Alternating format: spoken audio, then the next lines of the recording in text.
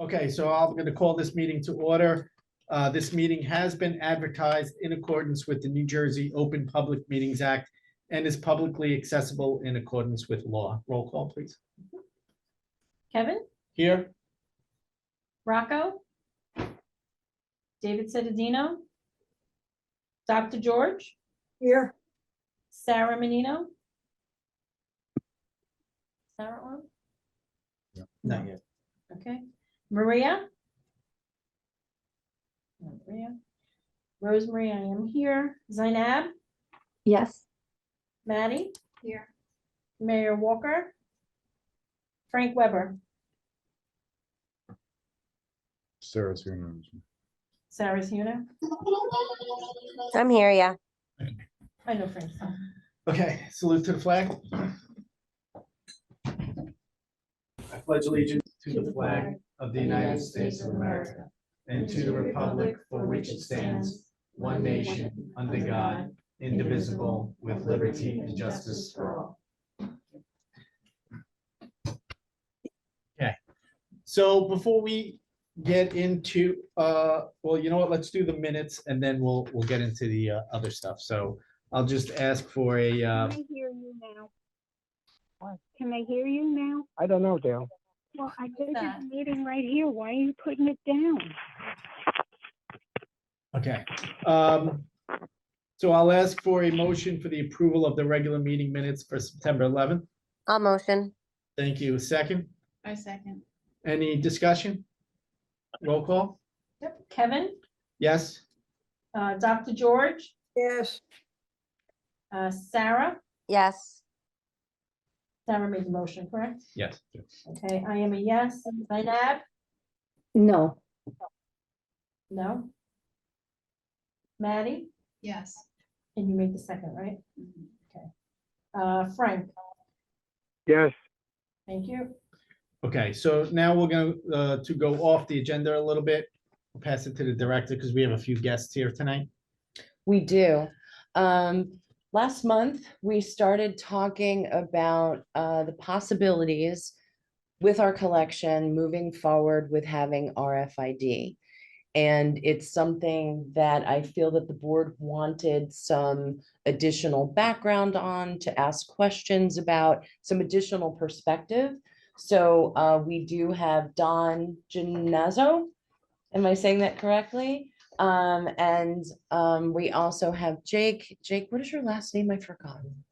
Young, sorry. So respectively from Envisionware and from Biblioteca, who are two of the companies that, and gentlemen, correct me if I'm wrong, but two of the companies that don't actually sell the RFID, they have partners that they work with to have the RFID put into the collection.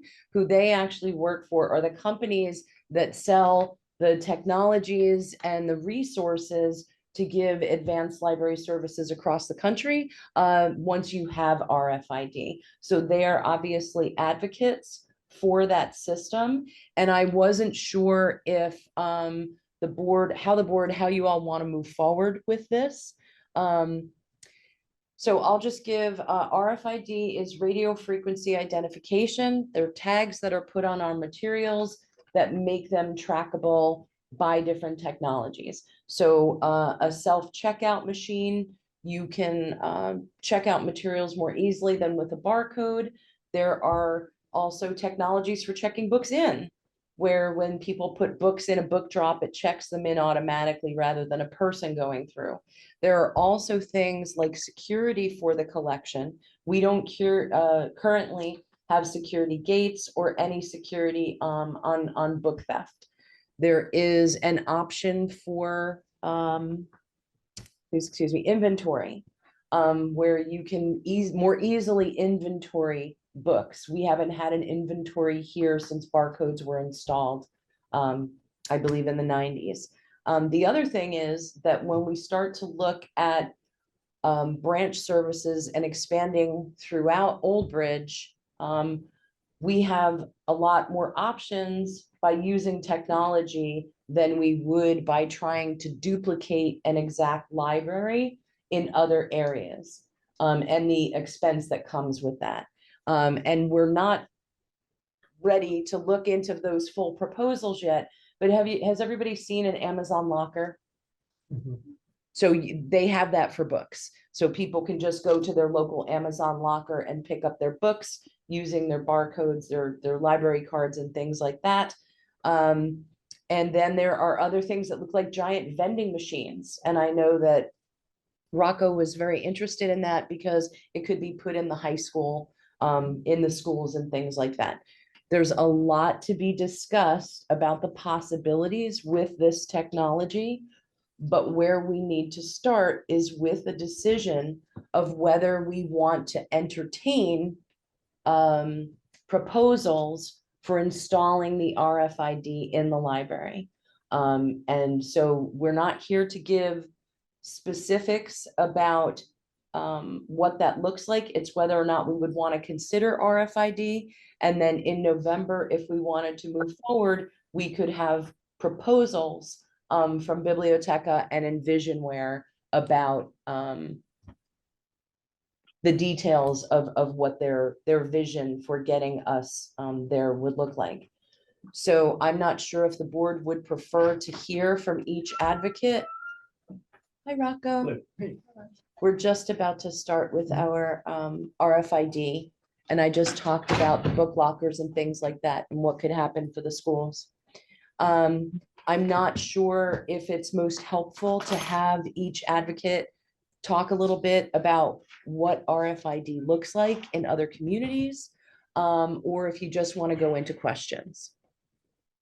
I think it makes sense for them to give a little bit of an overview, and then let the board ask questions as they will to each one. Okay. Yeah. Yeah, and like I said, we do want to kind of keep things limited.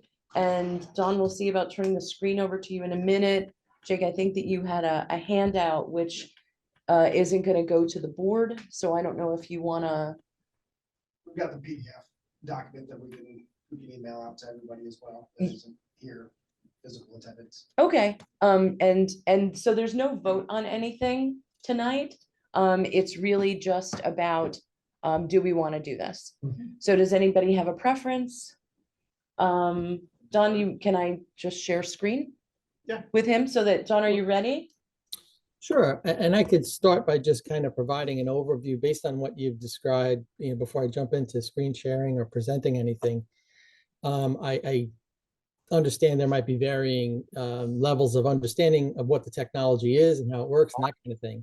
So I'm happy to kind of just provide a general overview just to get started. I understand we don't have a lot of time, and thank you, Dawn, for kind of outlining where we're at in the process. So with that, I'll just kind of, as Dawn said, it's radio frequency identification. Like that's the acronym of RFID. What it is basically is today, every item in the library collection has a unique identifier that is the barcode number, right? So just like we see at retail and every item that you see in the grocery store or wherever it is has a barcode number, the library has a unique identifier that is a library specific barcode number, right? Different than the manufacturer's, called the ISBN, different than the manufacturer's barcode number on any given book or DVD, what have you. So what an RFID tag is, basically, for lack of a better term, is a radio barcode, right? It's the conversion process when the library implements RFID. They take the existing items in the collection, and there's software and programmers we provide as part of this that allow you to scan a barcode, existing library barcode number, and program that barcode number onto the chip on the RFID tag, right? There's a chip with memory, and that stores data. So as I said, that allows the item to now be enabled as a radio barcoded item, right? So what that allows for is an efficiency with item processing. So today we have a workflow for library staff or self-checkout, whatever the case may be, where each item is processed one at a time, scan the barcode, next item. Depending on where the barcodes are in the items, that could be a multi-step process, right? So imagine if the library specific barcode is on the inside front cover, for example. Step 1, open the item. Step 2, scan the barcode. Step 3, close the item. So there potentially could be more than one step for every processing of every one single item. When we move to an RFID environment, what happens is now there are readers that can capture these barcodes, these radio barcodes, right, with radio frequency. So we don't need to do, the library does not need to continue to do single item processing, right? We can now present batches of items to a reader pad, and items can be processed for check-in or check-out by library staff, more than one at a time. And similarly, with a self-checkout kiosk, batches of items can be presented and processed for checkout. So tremendous efficiency, even before we talk about self-checkout, to library operations as far as how materials are processed for check-in and checkout. I'll pause there. Does that make sense? Is that kind of an acceptable overview of what it is and how it works? And sorry, what I'm kind of thinking is that I know that it's a little bit awkward, but since we're at the point of introduction, and I don't think that Jake's going to want to do another introduction, was there something that you wanted to add to that in that overview, or would you prefer to wait for questions? Yeah, I mean, at the end of the day, you know, both Don and I are subject matter experts when it comes to RFID technology. We work for several companies, however, like I said, we kind of know our. The one I can't hear him at all. Do you wanna come up? Come to the to table. back Right of the there. table? Yeah. Yeah, come to the table. Yeah. Can you press the sound tool over? Thank you. Can you hear me okay now? Yes, better. Wonderful. Yeah, so as I was saying, you know, Don and I are both subject matter experts when it comes to RFID technology. So, you know, the main things that you need to consider whether or not to implement RFID, customer satisfaction, staff, productivity, staff well-being. Those are kind of the three main highlights. I'm taking the liberty of providing kind of a overview of the technology. There's no sense in both of us rehashing the same type of information over. So this is kind of a take home. It's a high level overview of everything that you want to know and more about RFID as you go. So this will go out to the remainder of the board in an email. There's a Sorry. PDF Yep. copy. Yep. So gonna defer back to you, Don. I mean, we can Yeah. wait for questions, but Yeah, so Dawn, to jump back to you, do you want to show something? Are you did you want to move on to the next point? Yeah, so as follow-up to what I described, I thought it might be helpful to just show you a demonstration of a self-checkout, how that works, right? So I described what it is and basically where the benefits are, but I thought it might be a good idea to show you in terms of a workflow, what that would look like. Is that acceptable to everyone? Sure. Okay, Okay. so I am going to attempt to share the screen. You're sharing the file? You're the file? No, Don is gonna share the file. Oh, so he's got to share his screen. Oh, sorry. Yes, click stop share. So yeah, I have a screen share option here. Let me select that. I want to share Let sound. everyone see my lack of Zoom skills. I will do screen, I guess. Share. Okay. Let me know if you're seeing my screen. Yep. We are. Okay, great. So what you're seeing, you should be seeing on the screen is a welcome screen for self-checkout. On the left-hand side of the screen, it says checkout. There's an icon of a shopping cart. Is everyone seeing that? Yes. Yeah.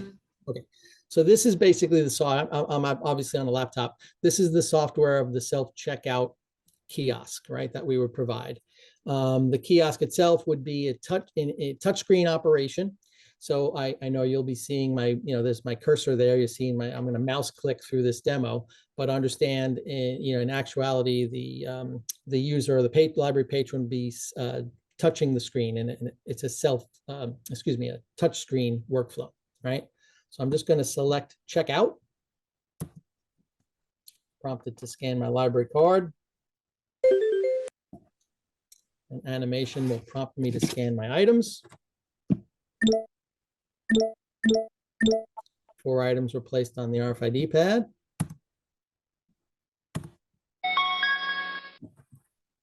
And that's it. I just checked out 4 items. Have a nice day. So that's, again, the efficiency and the speed with which RFID can allow for item processing, right? All I did was select checkout, authenticate with my library card, follow the animation to present the items to the RFID reader pad, and 4 items were checked out simultaneously.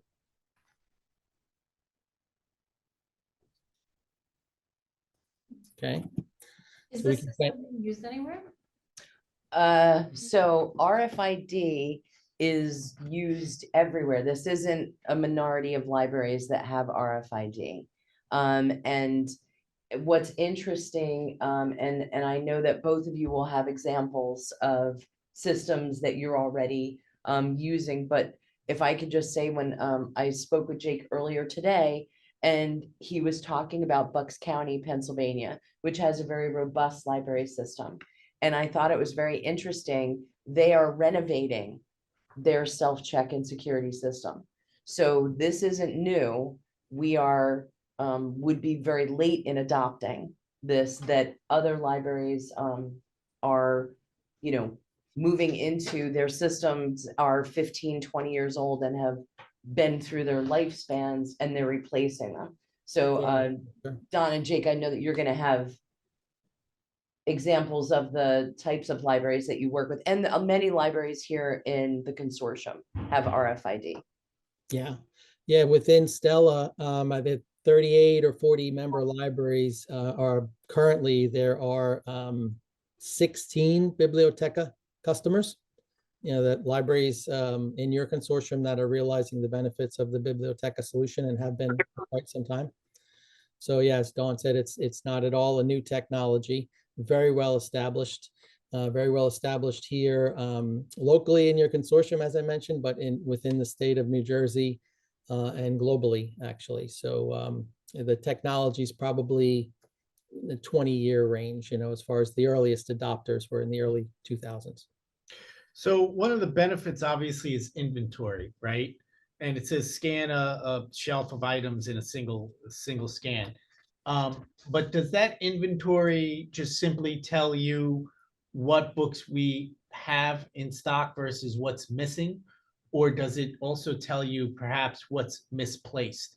So if a book from the teen section was placed in the children's section, would that, kick out to the staff to say, hey, this item is in the wrong location. You guys need to clean that up and move that over.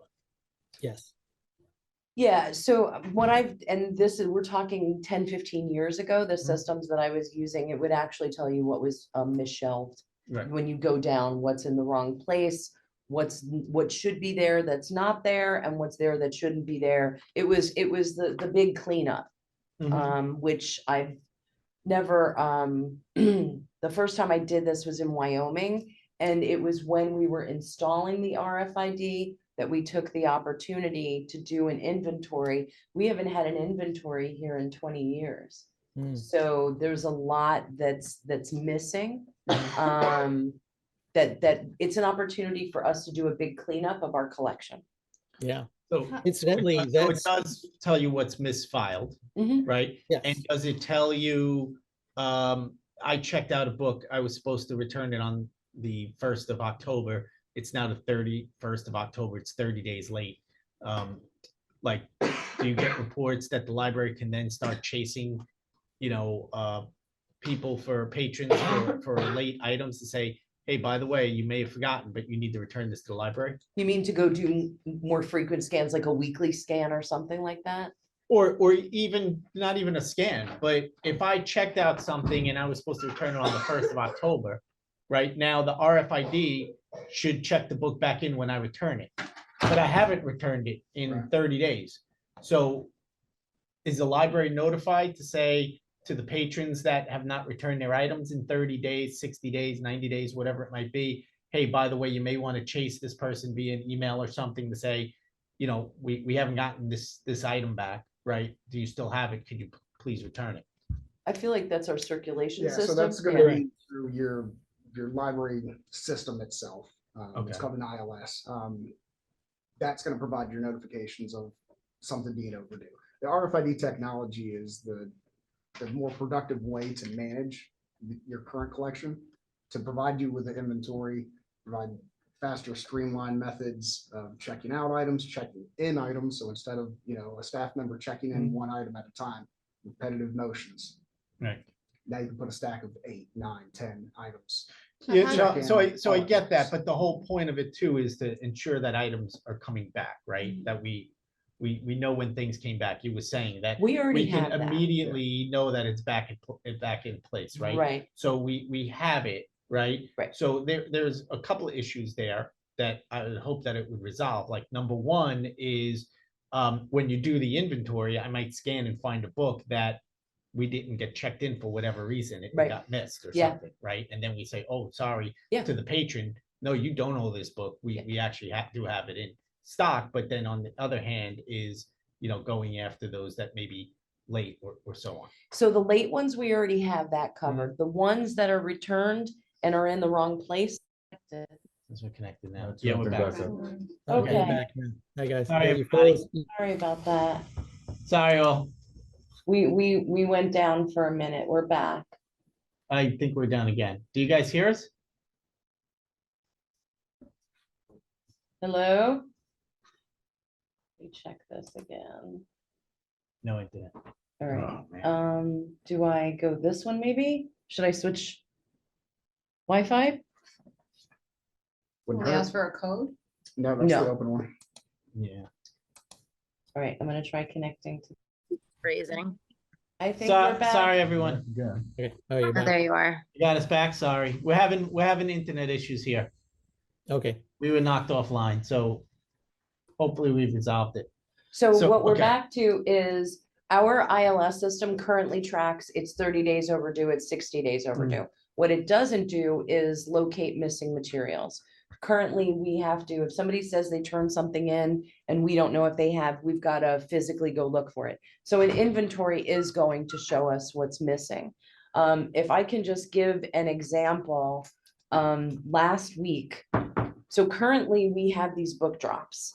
And we have the custodian doing also the pickups from until we get the regular driver position done. So they're getting picked up twice a week. So he was there on Tuesday. Someone turned in their books after he had already picked up. And then he was out on Thursday. So there wasn't a second pickup that week and I wasn't in, so I couldn't go do it. So on Thursday, we had a patron calling saying I turned in my books at the book drop at Miller Elementary School on Tuesday, but no one has seen them checked in yet. So it was the patron calling circulation staff and circulation staff then asking me when were the deliveries done and all of that. So the thing is, if we had RFID and we could look at all of these other options, there are book drops that we can get and other management systems for offsite services that when the person puts that book into the device, it checks it in. Right. So that one of the reasons our book drops aren't getting very well used right now is because people have no idea. People want to see their book, their record. People manage their own accounts now. And they want to see immediately Right. that book has been checked in. They did what they were supposed to do, especially since we charge fines. There are a lot of libraries that don't charge fines. We do. So people see that coming up and they want to make sure that that's on there. I think that our book drops and our offsite locations that don't necessarily have to have a whole branch like this would be much more heavily utilized if we had something like this. And that's just in addition to the security system and the self-check and those kinds of things. It's the remote location possibilities. It's basically adding intelligence Yeah. to the Yeah. item. We now have a computer chip attached to that particular item that has information associated with it that Right. you're able to benefit from. Any of the board members on the Zoom have any questions? Yeah, Kevin, this is Zainab. How much would it cost? Do we know a ballpark range of what that might look like? What the numbers might look like?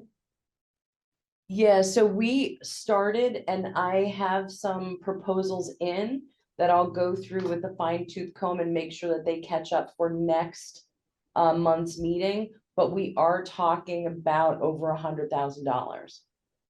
So it is a substantial investment. And then moving forward, I'm actually going to defer to you, gentlemen. I looked online and saw that the average RFID tag for books was 25 cents. I thought it was more like 15. Okay, Definitely. so more like 15 cents. Correct. Yeah, you probably looked at a distributor or reseller or, one of the library supply catalogs, websites that give you kind of an MSRP idea. But yeah, for the collection size, we're talking about 15 cents is a good planning number. Okay, I think, Dawn, you had also mentioned the interest in retaining a service to actually tag the collection for the library, right? Yes. So there's a cost for that too. So Biblioteca and/or Envisionware, we provide hardware, equipment, self-checkout kiosks, the book drops Dawn was describing, collection management, handheld devices and the like, the tags, of course, themselves, but then there's another component of a tagging service that's being considered that is not something, can't speak for Envisionware, but that Biblioteca does not provide. It would be a third party actually doing that. The services for like new materials, new books. that would be like the 15 cents a book. Right. So figure for every 10,000 books, 10,000 new books we got in a year, it would Right. cost us $1,500 to tag them. Right. And as you get new books, who scans those new materials? So with the RFID, we can either choose to have the Baker and Taylor, like who we're buying our books from, we can pay them as part of our processing, or our staff can put a tag on them. It's a very simple process. But how long would it take to implement by tagging every item in our inventory? Like, are we talking a year, 2 years? Depends on if you did it yourself or if you had a service come in. Then it would be a couple weeks. Yeah. And you wouldn't even know they're here. They would. Right. And that's the thing. I worked in one library where we tagged the collection. It was a smaller collection than here, but it was a lot of effort, and we had, I would say we had 3 or 4 full-time people in technical services. We don't have that here. We have 1 full-time person in technical services. So they physically got to go out and lay a hand on every item in the collection. And that's why being able to do it in a couple of weeks, they move essentially behind the scenes in libraries and go in, but they literally are putting the tag on every book. So we're simultaneously getting that inventory while they're here. And there are different services for that. So, it kind of goes through now and gives us a list of what's on the shelf. But if we wanted to do some enhanced evaluation of the collection with that, it's a good time to do it. But it was between, like, I'd say 100 and 150. But I thought that it best for us to make a decision about whether we want to take on something like that before going through combing all the details in the proposals. And then the equipment is a different price, and that's something that we can do. You can build the system. We can start with that self-checkout machine, and then we could move to the book drops and the book lockers, or we could start with the security system. Any piece of it we can get started with. And one thing, I know that the consortium is trying to look into urging everyone to see what they can do to get everyone to adopt RFID, because it helps within the delivery system. To give you an example, I've been working with the state of Delaware for the past 2 years.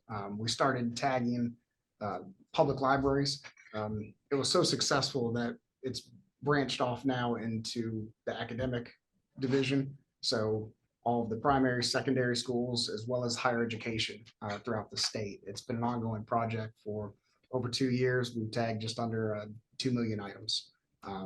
So you've got statewide rollouts of this technology that are even happening around you. Free Library Philadelphia has been using RFID for many, many years. It really does enhance everything I mentioned earlier, the patron experience, the staff experience, and it opens you up to those additional technologies that Don mentioned, the intelligent returns, lockers, things like that. Yeah, Dawn, you made a good point about the inventory kind of being part of the conversion process. The question that came up earlier around, a handheld device to search for an item, that's kind of on the collection management side, like that comes post conversion, right? You've enabled the collection with this technology, and you could certainly realize those benefits. But what Dawn was mentioning was the idea that every item in the library today is going to need to be touched, and a tag is going to be applied and programmed, right? The barcode number I mentioned is going to be programmed onto that tag.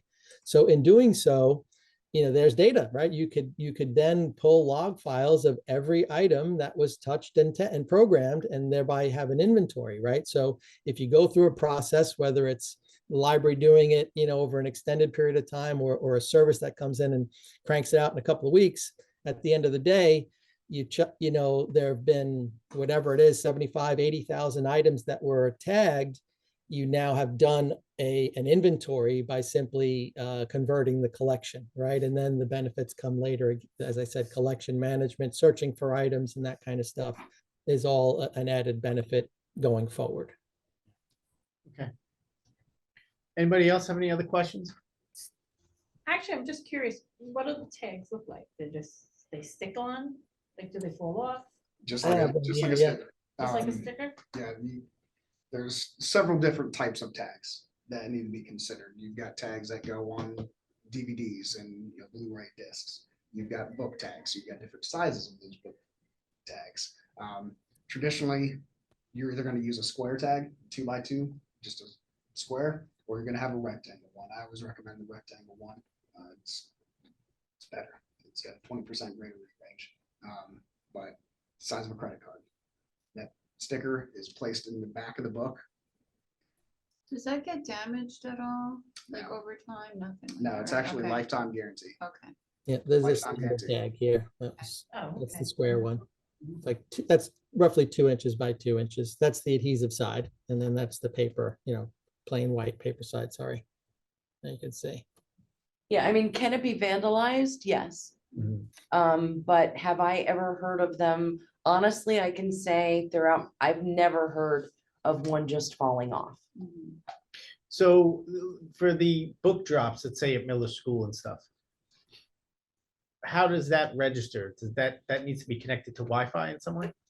Yeah, it needs to be wired. And right, and so how do we connect that to Wi-Fi? I don't know that it would be on Wi-Fi. It might have to be hardwired. So all of these systems, it's not like you just plop the machine out there. Yeah. There is a lot of, it has to have a data line going to it. Is that correct for? Yeah, talking to the catalog. So basically, any piece of equipment that's RFID enabled is going to be, the recommendation is Ethernet connected to be online, and then of course, talking to the catalog, so that it's, as I said, the only data that's going to be on here is the barcode number, right? Whatever, 14 or 13 or 14 numeric characters. So for that barcode number to be identified as an item, it has to talk to the catalog. Right. Yeah. Yeah. And just for some additional clarification, if the internet went down in the library, you'd still be able to utilize your self-checkouts with the RFID technology. There is an offline mode that you'd be able For to- that offline, yeah. But anything that is outside of the library has to communicate with the library in some way. And so it's going to do that via the internet. And so somehow we would have to consider, if we wanted to do it for book drops, how do we get that to communicate with the library? Yeah, and it is, I mean, if you want to, if you, like, let's say we wanted to put, a 24-hour library or vending machine type thing in the high school. Do you want to put it inside? Do you want to put it outside so that kids can access it after school? So you need to have the cooperation of everyone to get things with electricity and data lines. And, do you want to build like a little shed over it? You know what I mean? So that things are protected. These are all Right. conversations that you have later. So what we'd be starting off with is the self-check, the security right. alarms, and the inventory. Right, and you can do like a book drop outside Lawrence Harbor branch, because you can connect that via Wi-Fi to the Lawrence Harbor branch internet, right? Yeah. I mean, we could talk to the schools at some point. I probably would make it the priority item about like Miller or something. No, they wouldn't. Oh, they would definitely be you- interested, but I think we need to get it established here. Like, we would have to get it set. set, yeah, that's what I'm saying, but eventually, I don't think we should be like, if doing it you all wanted at to once. branch Yeah, out further, we yeah. could, yeah. And this is why I wanted to do this tonight. So I just want to thank Jake and Don for coming in for this initial conversation, is because all of those conversations are based on whether or not do we want to hear proposals for getting the collection tagged with RFID. Great, thank you. Thanks, guys. Thank you very much. Thank you all. Look forward to the possibility of next steps. Okay. Thank you. And I will be in touch with both of them. So I will send out what Jake sent to me. Don, if you wanted me to send something out, let me know. And then I will be going over proposals with them for next month, if that's the board's consensus. So there's no vote, but it's just, is this a good use of my time? Right, great. Okay, Sounds good. thanks, everyone. Yeah, thanks all. Okay. So- All right, so then we will move on. There's nothing on the personnel, and Chris, we didn't want to speak in executive session, or should we do that at the end? You About don't- what? About the negotiations or anything? or There's, just- actually, I can just update everybody. I Okay. sent an email to the Negotiations Personnel Committee, to the best of my recollection, membership. Mhm. And we are awaiting proposals from the union. I talked to them, as I told you, on September 11th. I talked to them before that meeting, because your contract says we start right after the September meeting. But the ball is in the union's court. I have spoken repeatedly to Debbie Parks. They were meeting by Friday, 12 days ago now, and they were going to have something to me by the end of that day. That did not happen.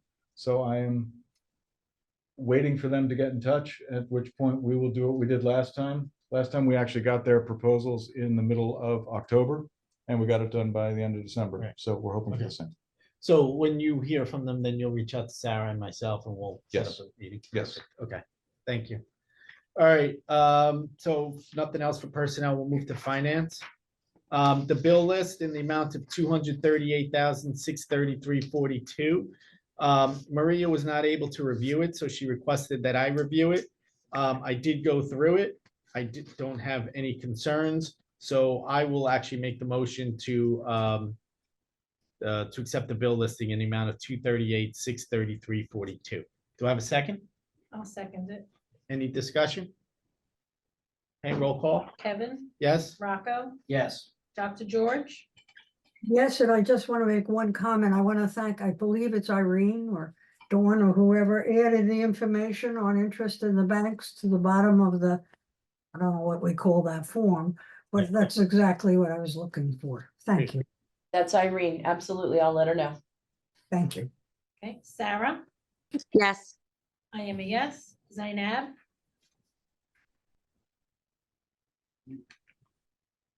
Sorry, yes. Okay. okay, Maddie, Yes. and Frank Weber. Yes. Thank you. Okay, so the draft budget was sent out to everyone to review. You provided it last week. The finance committee had reviewed it themselves and wishes to move it forward. So I will Well, ask. Kevin, Yes, who's on the finance committee besides myself and Maria? that's it. Me, you, and Maria. And you reviewed it? I reviewed it. Yes. All right, I've reviewed it and I have some questions.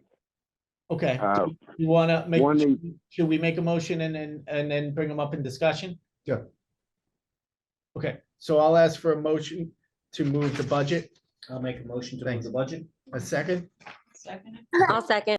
All right, thank you. And so now a discussion. Go ahead, Frank. All right, let me see if I'm using the magnifying glass because the print is so damn small.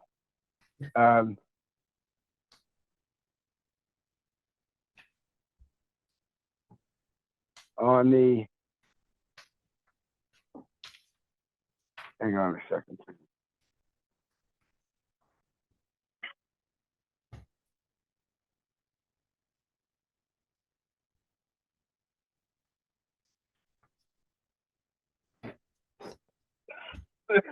Excuse me.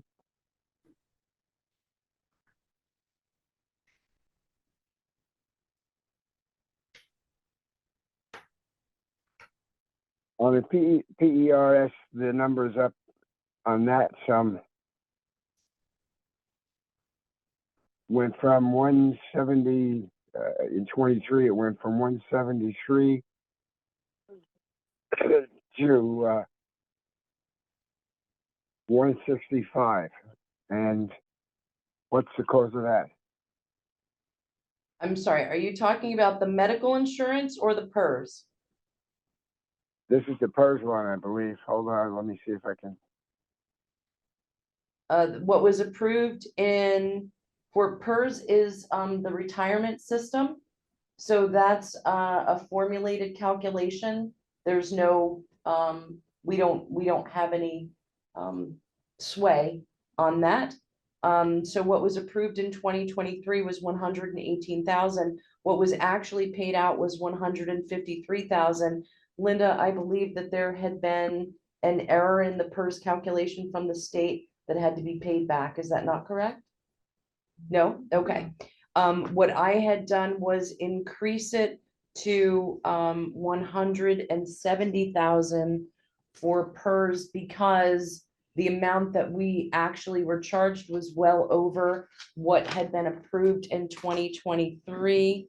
And if you were to look at your year-to-date spending, which is in your monthly packet, we currently have from our spending of the 118, there is 22,000 left for the remainder of the year. Linda, so we'll be a bit over anticipating? Yes, I don't know. Okay, all right. So we're on or about target of being perhaps a little bit under with PERS, but that's a number that's given to us by the state that we need. So I budgeted, put in the draft for additional funds there to cover because last year was much higher than what was budgeted at the end of the year. So I increased it, but we're not seeing any, we're not seeing that increase get duplicated in this year. Okay, then the other question I have is the total expenses. We've moved up from 2,976,969.68 to an estimate of 4,039,776.00, which is a 36% increase. And I'm sorry, which category was The that? total expenses. The total expenses is over 4 million. Correct. Yep. So what I've done is basically what I'm supposed to do with the draft is that our municipal, our allocation should equal our spending, a balanced budget. That's what Maria had instructed me to do. The increase, if you were to look at the municipal allocation from 2023 to 2024, that is calculated by the state. And it isn't something that we get to argue or arbitrate. There was an increase of $200,000 in the municipal appropriation. Is it? I'm sorry. Am I looking in the right Yeah, place? but this is over $1 million increase. So It's not over $1 million increase. Well, it You- is, well, let me- it is, let it me is see if from I what got- it is from what we spent last year. From the actual. Okay, from the actual for last year. Right. But I will say this, so last year, for instance, furnishings was budgeted $150,000 and we spent $5,795. So she has budgeted $400,000 for an anticipated renovation. I think the $400,000 is kind of almost 2 years worth of renovation. If you're budgeting $150,000 annually, it's a little bit more than double. Right. Right. So, you know, I think spending $5,800 on furnishings in a year for a library this size is kind of very low ball. Well, Correct. the state, Correct. the state formal amount of money we get is a fixed amount, is predicated on what, you know, what the situation in the town with as far as their budget and all that. Percent. Yeah, So, it's based on property taxes, and as a matter of fact, we just got the calculation for 2025, and we're gonna be getting another increase of $400,000 next year. Right. And all right, you know, just to be clear, we don't, as a library board, don't ask for that increase for 400,000. Right. That is directed by the state. Is that correct, Yes, Chris? yes. Yeah. So, you know, the other thing that I would say is a large increase in here is New Jersey Library Makerspace Idea Farm, which had nothing budgeted last year and $50,000 this year, includes the restoration of Library of Things. So I think, you know, introducing more programs and activities and stuff in the library is really what we're tasked with doing. Kevin, I have two questions. Yes. You just mentioned one. I don't know what the Library of Things is. You know, am I missing something? We spoke about that in the past, but go ahead, Dawn. So it was attached in last month's board packet. I can send it out again. So Library of Things is where the library lends useful items to the community that they might not be able to purchase on their own. And one of them was like a blood pressure monitor. But we never talked about that, did we? What's that? We did last month. Yeah, we I did. don't remember raising, because remember seeing the list and you had a lot of things on it. There were some questions I had about, do we just lend anything? Do we need somebody to look at stuff we're lending out? Suppose somebody gets killed using that or whatever. And then I didn't know how it was going to be processed. Where are these things going to be stored? Whatever. If you sent material about that, if you would just send me another copy, I'd appreciate it. Yeah, and I just had the list. I'll go over that list with Chris for any waivers that we need to have involved in sending them out. And those things would ideally be stored in the idea farm, because we want to make that the part of the makerspace, that non-traditional learning and activities and culture outside of books. Okay, it all was a in that. very long list, so the storage space would be considerable. But whatever, I don't know if everybody saw the list, and I'm, you know, the only one that didn't pay attention to it. But anything else you have about that, I would appreciate. The other question I had was the money for renovation of the garden. The garden renovation. I don't remember a lengthy discussion on that either, and I think I asked you some questions on whether the fire department had said anything about how many people can be in that at one time, if we're going to open it up to the public. Yeah, and again, this isn't actual approval of the project and proposals. This is just what I'm suggesting that we look into and that I spend my time on, and then those actual proposals will go to the board for final approval. With regard to the fire marshal coming in, unfortunately, I missed about 2 weeks this month due to illness and vacation, so I am a little behind. But there was concern. I don't know if everyone remembers, there is an exterior door there that it just opens through the brick to the outside. So it actually, what I did was go through, and that space is larger than the rooms that we're currently using for story times that have more exits. So unofficially, but I'll absolutely have the fire marshal come in. Okay, and I do know that in the past, We did get a number for the large conference room. I believe it was 130 people, 150 people at one time. I think that the fire department has those plans. And if we're changing the usage of this area, I would think they would have to look at it. The door you're talking about, I have no idea where that is. But there is one to the big conference room and one to the main library. But that, that isn't anything I have any kind of ability to determine, but I think that the fire department has to tell us that. And those were just my two questions about, these are two things, but we haven't had a plan written, we haven't had a discussion. I understand you're just putting money in the budget, so when we get that part of it done, the money will be there to buy whatever we decide we want. Okay. But And Dawn, I have one further question. You mentioned before that one of the things that might be in there is a medical device. No. Oh, what? That was just an A blood example. pressure Yeah. monitor. Well, first of all, Or- I would not lend that out. I use one. They were impossible. The only way they're really good to use is if you take it to your cardiologist and have it calibrated. They use it on that, then they take your blood pressure and they fix it up. I don't know how you'd borrow it. But the questions I have about the stuff on that list to borrow, I don't know how it's maintained, how it's taken out, returned. Is it useful? Is it in good shape? That's the plan, and that's what I would like to see in Right, writing. so we could talk more about the library of things, but for the budget purposes right now, are there any other questions? Well, the reason why it's there, why I'm talking about it is you put in money for it.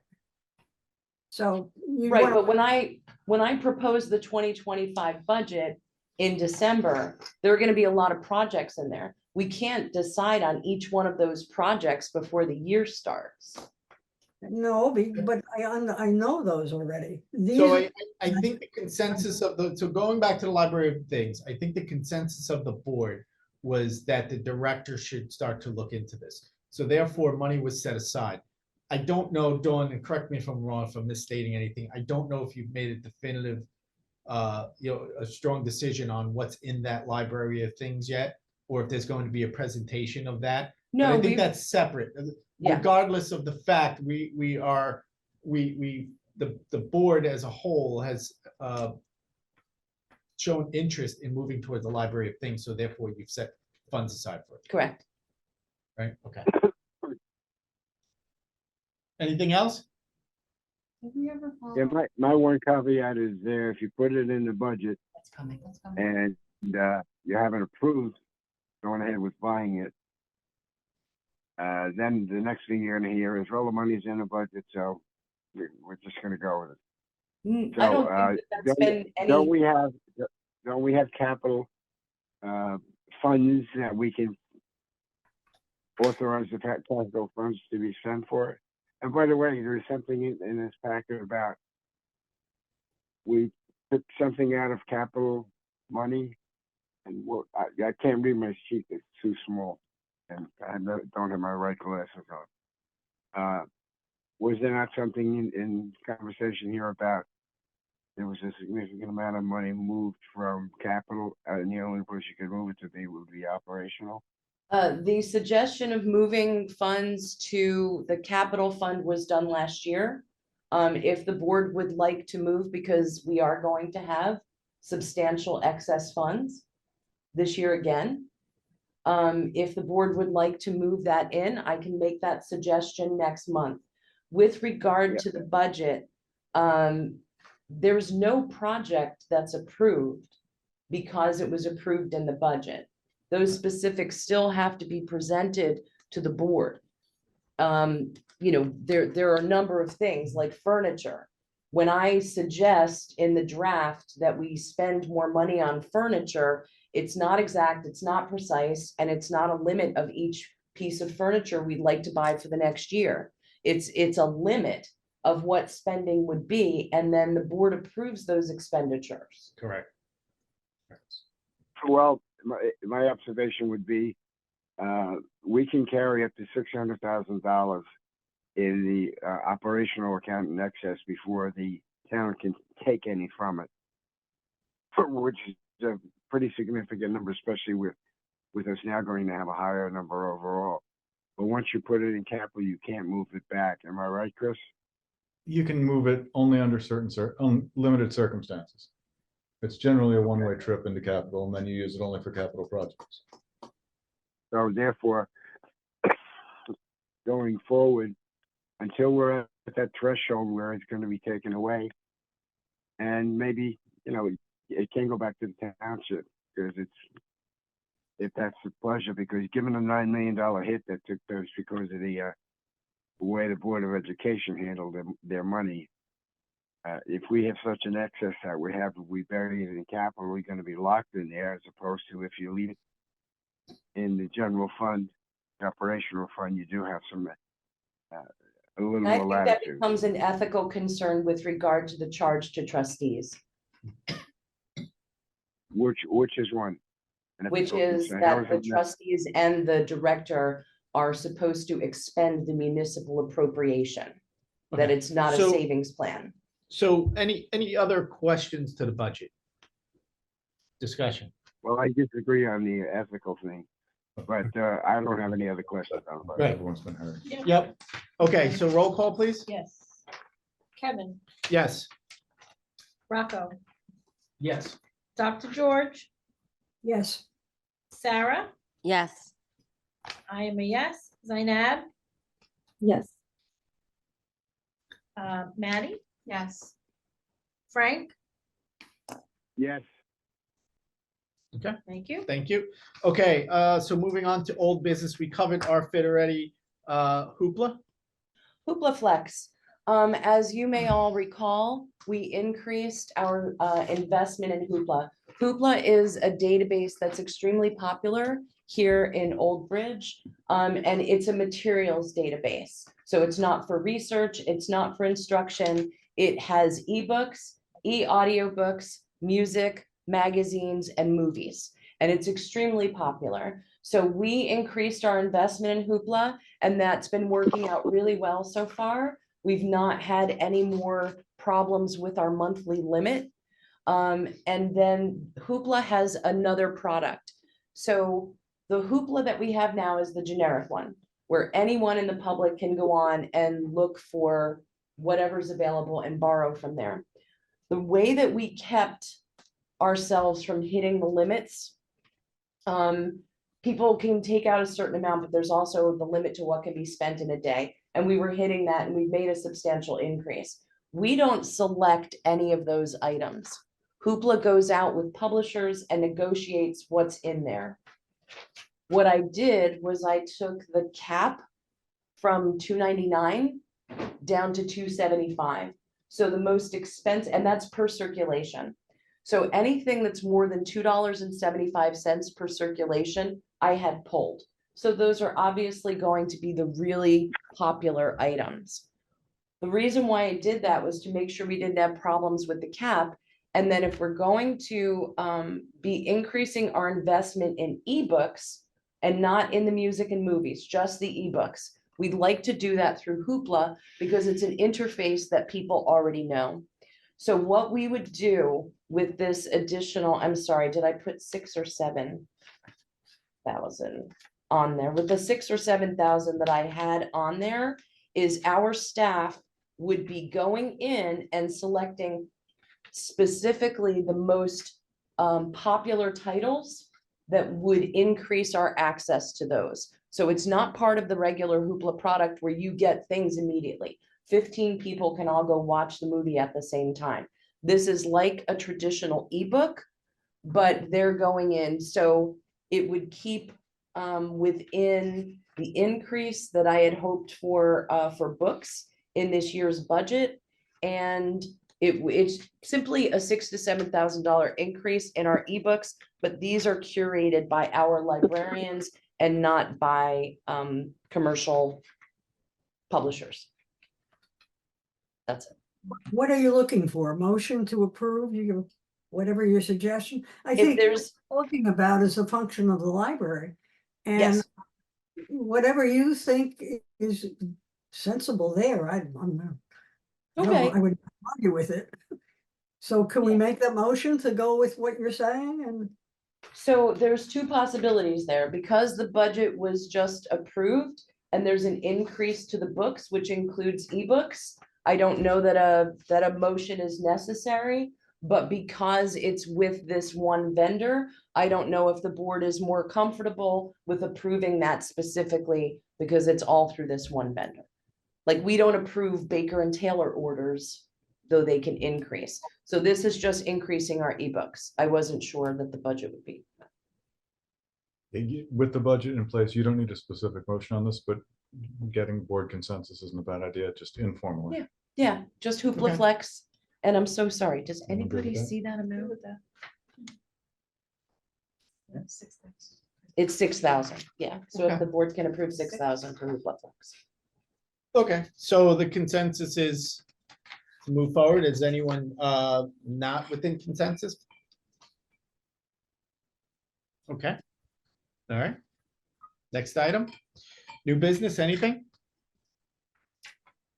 The No? only, thing that the minutes indicated about the personnel manual, the minutes indicated that my suggestion was it be sent to Chris. And we looked Yes, the whole it- thing. it has been, Dr. George. I am about half, 2/3 the way through it. There's some language that needs to come out for being contradictory, legal updates to things like the Americans with Disabilities Act, contradictions or running over the collective bargaining agreements. Some requests that Dawn made on behalf of the administrative team, and I believe I will have it to you halfway between now and your November meeting for review and hopefully adoption in November. Chris, I appreciate your efforts and that all I wanted to do was somewhere else here, it said that they submitted the suggested changes to you to review.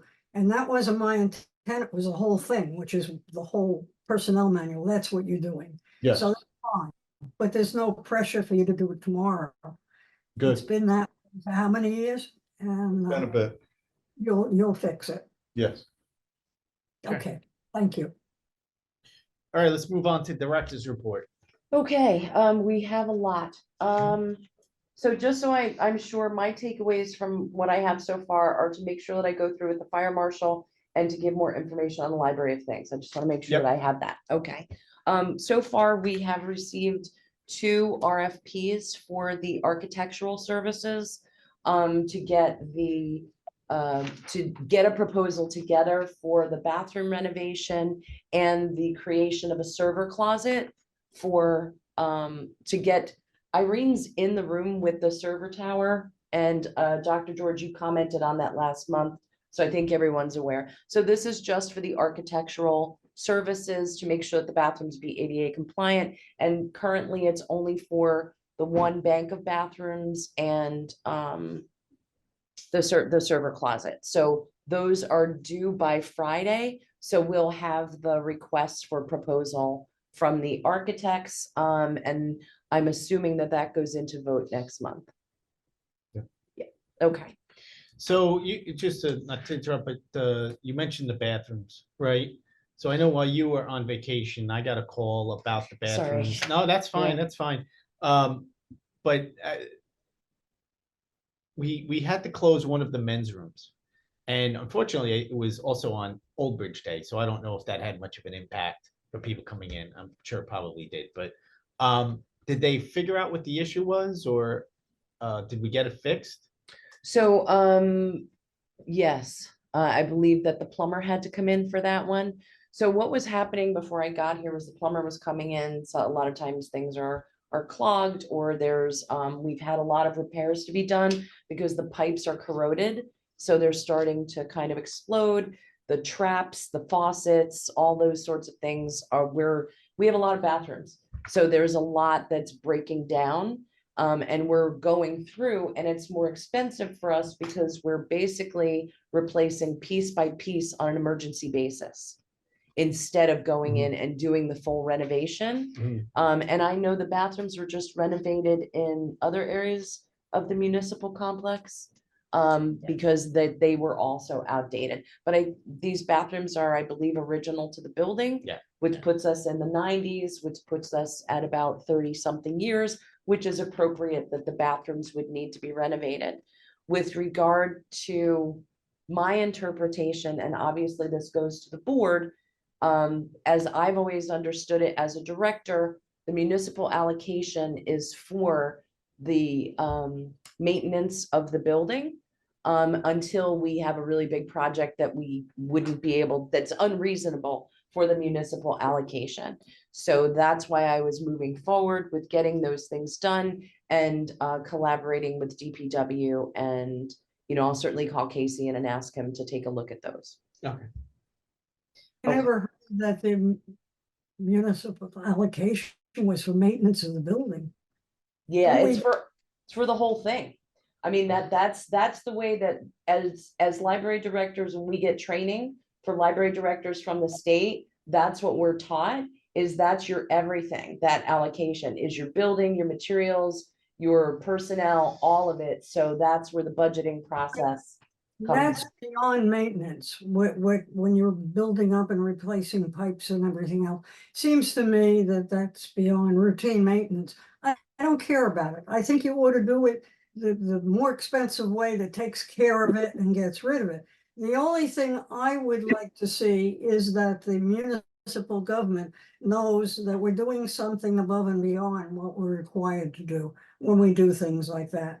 But take care of it. If we have extra money, my suggestion for the kind of extra money you're talking about is to give it back to the taxpayers. But one way to do it would be to do these renovations that would have to be done with their other tax money. And I think if the library had everything that it needed, then certainly it would be reasonable to give money back to the taxpayers, but it hasn't. So that's where it becomes a concern. It's another discussion for another day. Did they say that big amount of money it wasn't etched in stone yet, right? The 400,000, wasn't it? Something else has to be done. In the memo you sent. The only thing that gets done is that in January, there can be adjustments to people's tax bills, and that can impact the amount, but it's not really, to me, it's not remarkable. I wouldn't change it, all right. Yeah. Okay, And thank you. Sorry, that's what I sent out to everyone, was just the state calculation, the 1/3 mil from the state library, just because I think it's important for everyone to have it. The idea farm, as we move forward with Library of Things and the idea farm, we just had a meeting today, all staff came together, and I've told staff that I would like us to see by the end of December, our first public introductory session to the idea farm, so that people are getting in and actually starting to use things. So there's a lot of planning that goes into that, and we want to make sure that we're doing it in a way that doesn't tax staff. What I'm probably gonna be proposing for next month, I'm looking at different ways to staff it and some opportunities for our library assistants. Because when it comes to using a 3D printer or a Cricut machine, you don't need to be a librarian to do that. So it creates some nice opportunities. So that will be coming forward. The phone system is moving forward. We will be transitioning to our direct phone number. It means I met with Stan today from Town IT, and they're trying to reduce the town's phone tree when you first call in, because there are too many options on it. People are getting lost and they're all over the place.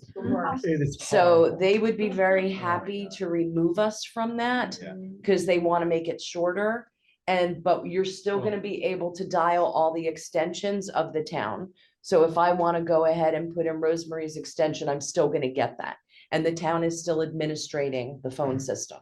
But when we convert to our own phone line, are we still going to have the call tree in place? Because many people are not going to know immediately that we've gotten our own phone number. So they're going to call the township, and then if they don't get the library in the list, they're going to get frustrated. So are they still going to maintain that for a little while? Today, he said no.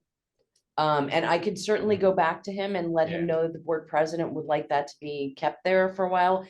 Today, Stan said no.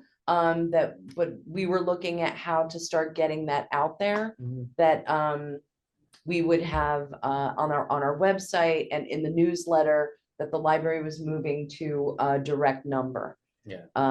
So, Put it on cable station. I mean, this is the new number that you will be getting out of their hair that way.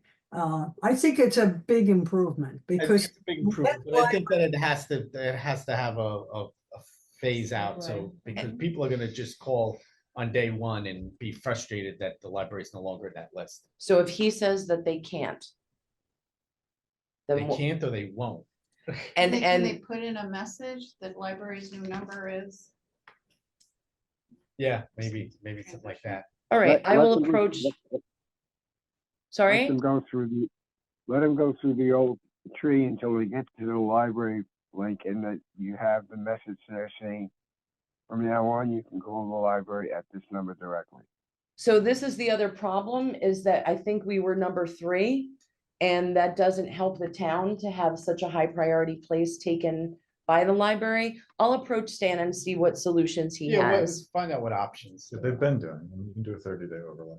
Yeah, All right, I will find that out. Maddie, your question earlier, we have been waiting very patiently for for them to finish the remote entry, keyless entry system. They are coming in on Friday to install the locks. They had, with their vendor, they had someone with a very serious health issue, so that's how we got delayed.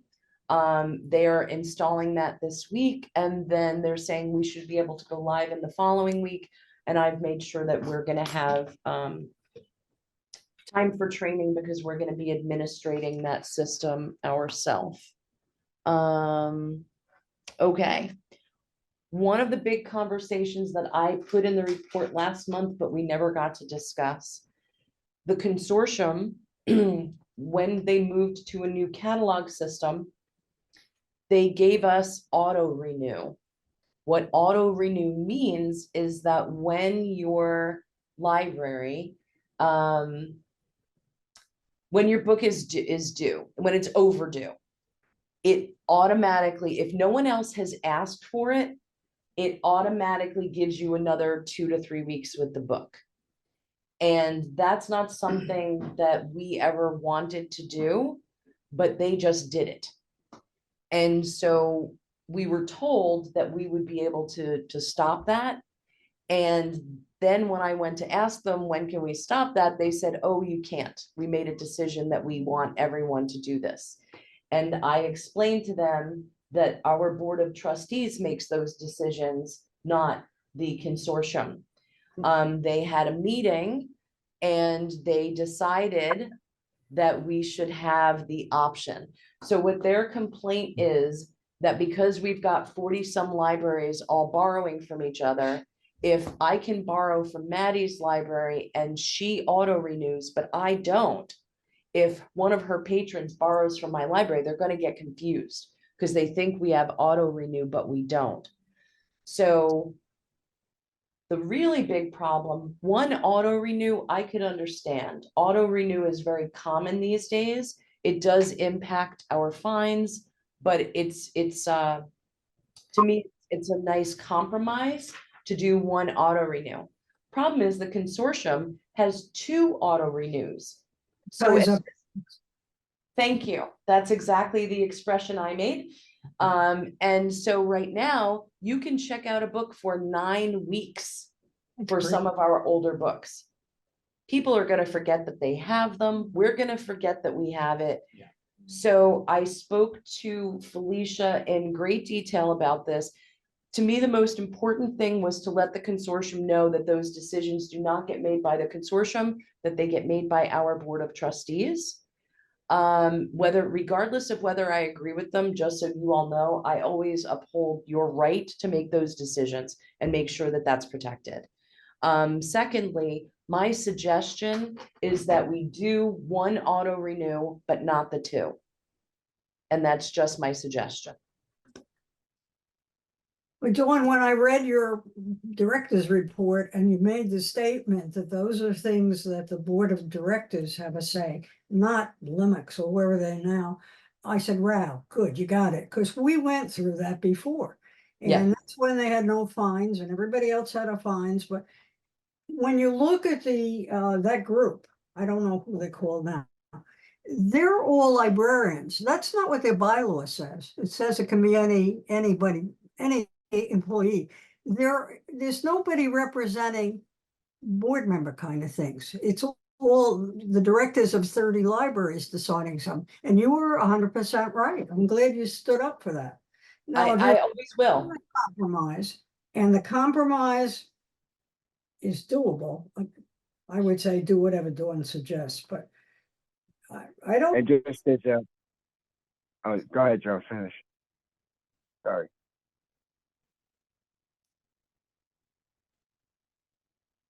You there, Joe?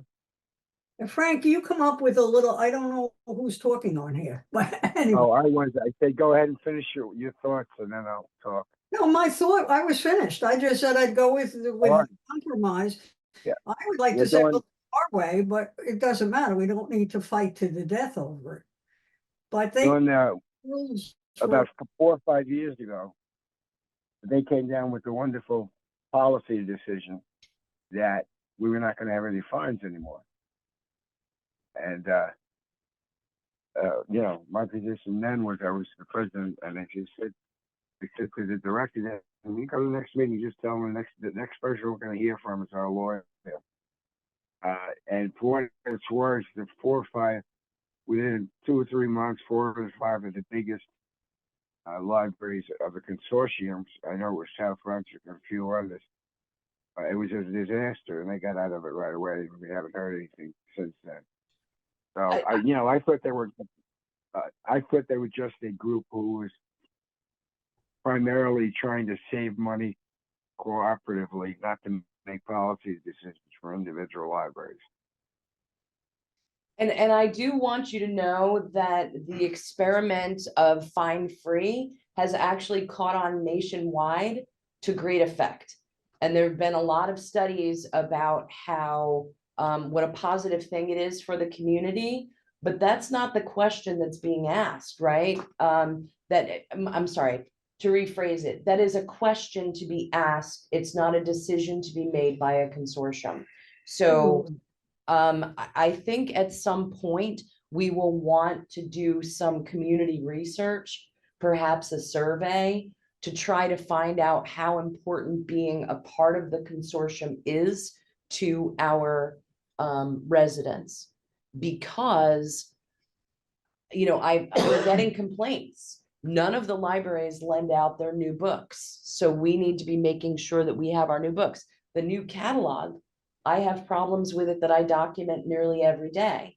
And retaining our library's autonomy and our ability to serve our unique demographic is something that I will always preserve.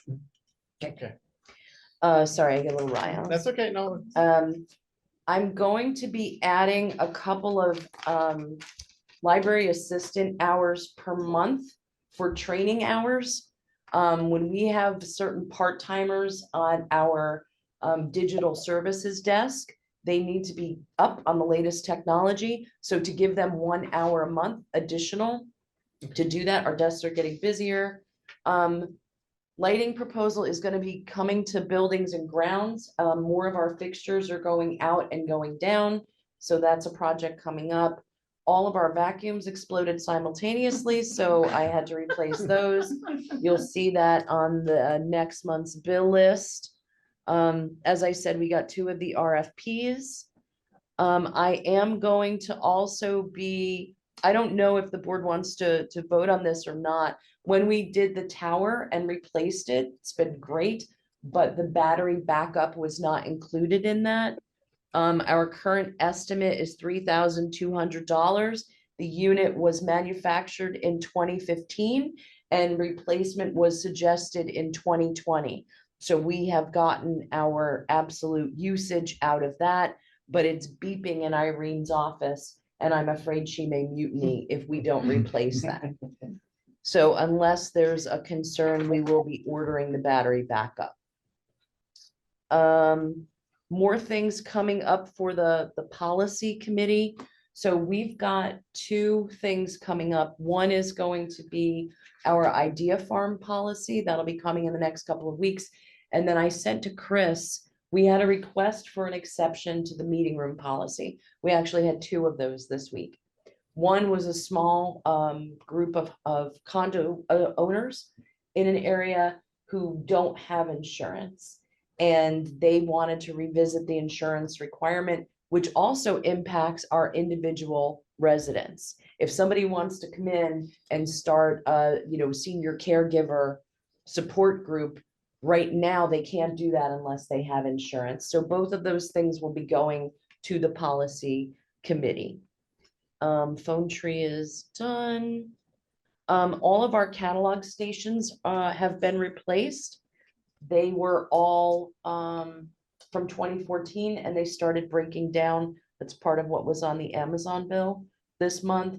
We replaced them with regular computers rather than Chromebooks because it was half the price.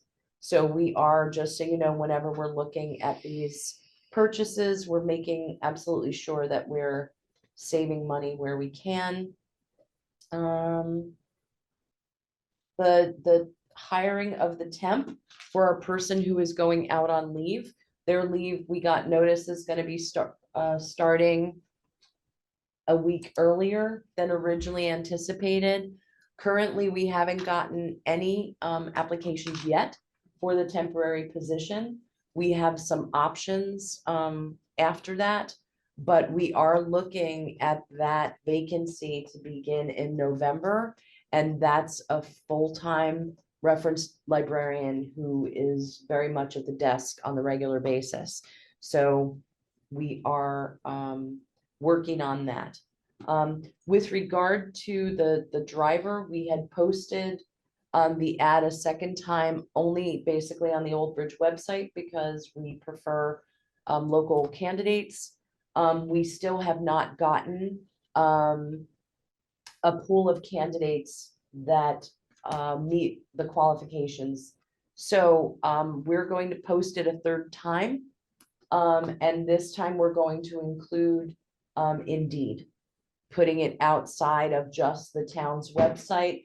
Obviously, we'll go through and see. We have had, one person who applied repeatedly, No, but didn't have the qualifications.